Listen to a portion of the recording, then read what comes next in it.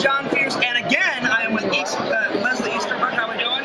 I'm doing fine, Fierce. This is part 2. We had an interview in 2011, correct? It was 2011, 2012. And where are we? Where were we? Was in Kansas City. We were in Kansas City, but now where are we now? We're in St. Louis. St. Louis. Outside of St. Louis. Contamination. Yes. Not necessarily St. Louis. Outside of St. Louis.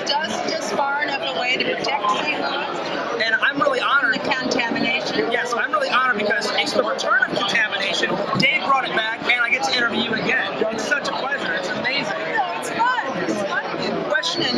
Question 1. What have you been doing since the first interview to now? Any new projects? What have you been up to? Well, there are a lot of them. Okay. There are a lot of new projects from 2011 to 12, whatever that was. But it's hard to. The last film I did was Hospice. Okay. It's being edited, so Abnormal Attraction is being edited. Okay. As we speak, I have a short called Flesh and Bone, which I think has got edited to Sundance. Another short we've shot that's getting ready called You're busy. Busy. Lots of other features. I just can't because it's been so long. It's been so long. You still look lovely as ever. Thank you. Lovely as ever. You know, I'm just, if I can get up in the morning and Yes. move, I Yes. feel that it's a good day. Yes. Me And too. I keep going forward. But I've just been so fortunate. Ever since The Devil's Rejects and Rob Zombie's enormous generosity in casting me as Mother Firefly and writing such an amazing role and such an amazing And it's an amazing film, too. You know, I have a picture here. This is fun, too, because I work a lot with people from The Devil's Rejects. Yes. And I have this film called House. Okay. And I did that in Poland shortly after we did The Devil's Rejects. Okay. And Bill Moseley plays my husband, and Lou Templeton plays my son. Okay. And then another question is how do you think from the past to now, what do you think has changed about conventions? Like, do you think they're similar, or do you think they've differed over the years? Like, what would be your opinion on that? No, it's hard to say because I've been doing it now for 10 years. Yeah. 10 years. Last year we had the 10-year anniversary of The Devil's Rejects, and it feels Yes. like we did it yesterday. Exactly. It was just such an exhilarating to be able to go to those places as an actor that you really can never go in life.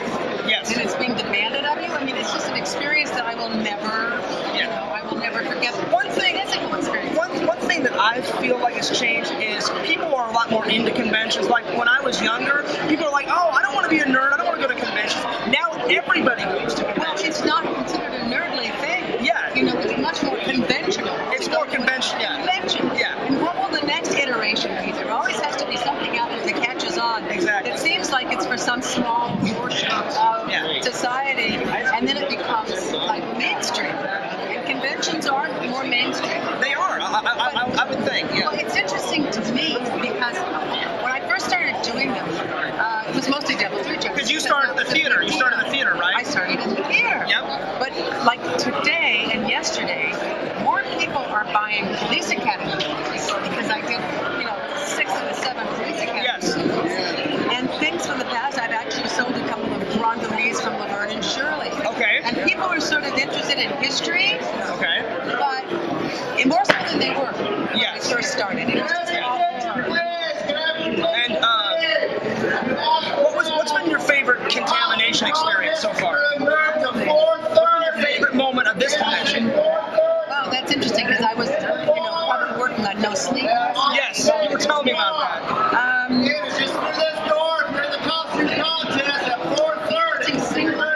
Interesting thing was a lovely couple came by. Yes. And we were talking about a lot, and they were talking, I was doing most of it, of course, because that's what happens when you're sitting down here, you want to do most of the talk. Yes. And which is stupid, right? Yeah. Because I love to hear other people's stories. But they were talking about something, and then they decided to go. They left. They went to go someplace else. Okay.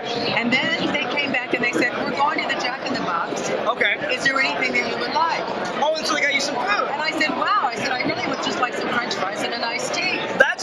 That's a good Contamination memory. Yeah. I'm like, anytime free food, that's a good memory, guys. Well, they came back and I said, what do I owe you? And they said, we're going to pay for this. That's buy awesome. you lunch. And I thought, wow, that's the first time at a convention that somebody has The first time? offered. That's amazing. Got my lunch and brought it to me. That's amazing. And then somebody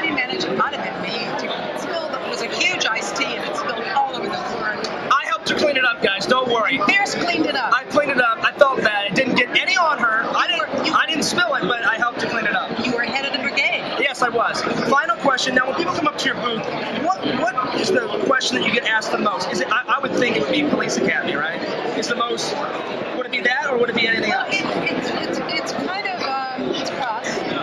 It's a cross between all of it. But usually it's like, what was it like working with Rob Zombie? Yeah. Okay.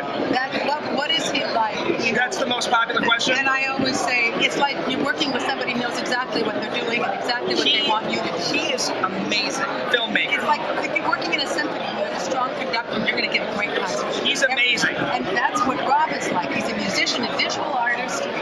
He's a wonderful writer. Yes. You put all of those things together, and he's got a real image of every scene. He's also one of my favorite directors because he recreated one of my favorite movies, Halloween.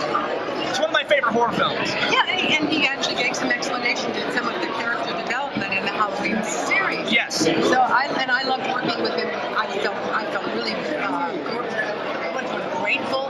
I was working on a film in New Orleans, and I came back, and I could just make it back, and then get to something else, and have one day on the set with him. That's amazing. Do my little bit in Halloween, and it meant the world to me to be able to do. I would have cut off this arm to be in Halloween. Yeah, that's kind of. It's an honor. It's been an honor and a pleasure. Yeah, Fierce. Thank you for remembering, and thank you for doing. Can't wait for interview 3 guys in a couple of years. Yeah. Anyway, this I think I've been working. I remember. You're still pretty young. You're still good. I'm just a job. We have to end this. Anyway, go to Contamination.com for this interview. Also go to FierceMan26 on YouTube. Any sites that you want to plug? Not particularly, no. I wish I had one. Okay. But I just want to say support Fierce. Support me. He's a tremendously supportive